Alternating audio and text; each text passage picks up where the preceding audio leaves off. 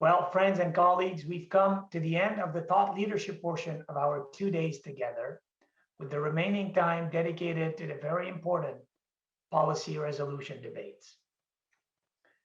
Meeting on a virtual platform, we've more than doubled what our registration numbers are for an in-person event.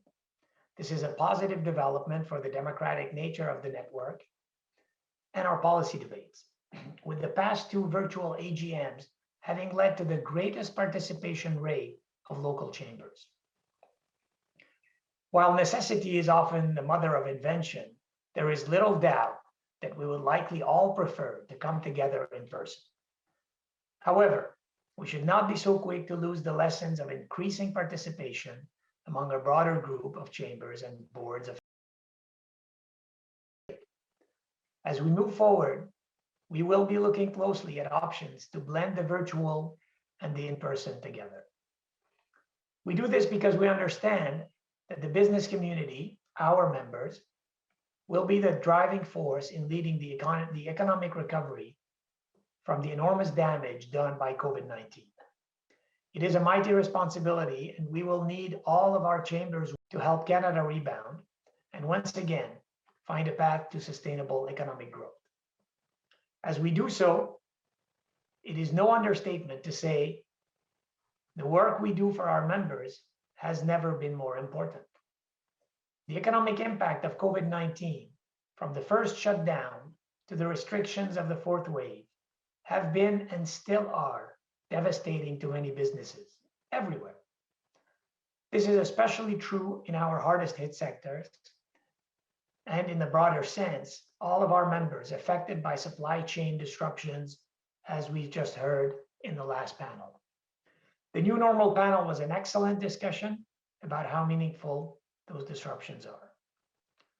But there are other disruptions at play, with panels examining how to rebuild small business and the digitization of businesses, Parag Khanna's keynote about the war for talent, and our Chamber 2025 presentation. We leave our AGM with a sense of renewed purpose. In perhaps the moment of greatest need for our members, the Canadian Chamber Network, all of you, all of us, are rising to the challenge and finding innovative ways to help our members keep up with the pace of change. I have never been more proud of this network. While I have been active on the board for several years, preparing for the chair position has really opened my eyes to the full breadth of the Canadian Chamber's work and the tremendous impact of the network. Thank you for all what you do to ensure the success of Canadian business. Merci pour tout ce que vous faites pour assurer le succès des entreprises canadiennes. J'espère sincèrement que j'aurai l'occasion de vous rencontrer en personne, soit au prochain congrès annuel ou au courant de l'année dans vos communautés. Perrin, over to you to wrap up. Merci, Carl. And I sure agree with you that that was an outstanding panel that we just heard. If I weren't doing these closing remarks, I would have been out the door doing my Christmas shopping at this point, based on what the panelists were saying. Colleagues, we're coming to the end of the formal part of our AGM. All that we have left is to do 2/3 of the resolutions and then off to dinner. And then next year, in person in Ottawa, and we have a chance to get together again. Is something that all of us have been missing. Comme Carl, je suis très fier du Réseau des Chambres du Canada. I want to echo Carl's pride and respect for all that the network has done and continues to do during the single biggest economic event of the last century.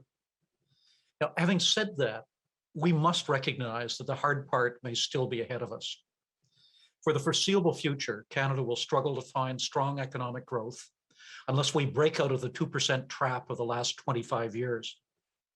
And we will need to, because of the enormous costs of climate change. Canada will need a lot of fiscal firepower. And with the hangover debt from COVID-19, we have very little wiggle room to manage the next crisis.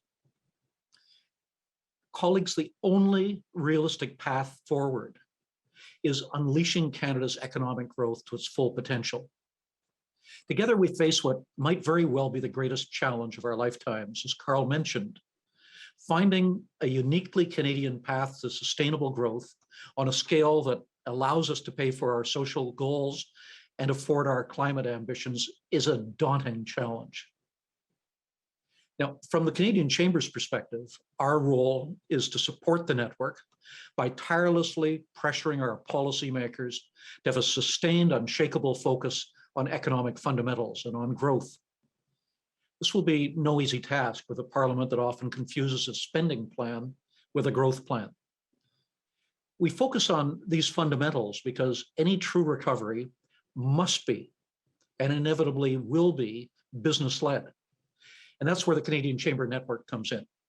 Just as every downturn is first felt on Main Street when the lights begin to go out, every recovery starts when the open signs begin reappearing. All of you are key players in your communities.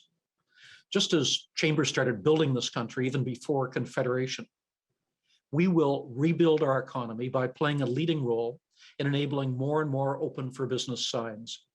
That's what the Chamber 2025 strategy is all about, building a stronger, healthier Canada. We are all in this together, governments, businesses, and citizens alike. And our best hope for success is for all of us to be part of a united Team Canada. The truth is, I can think of no better Team Canada than the local chambers working so hard to help their members.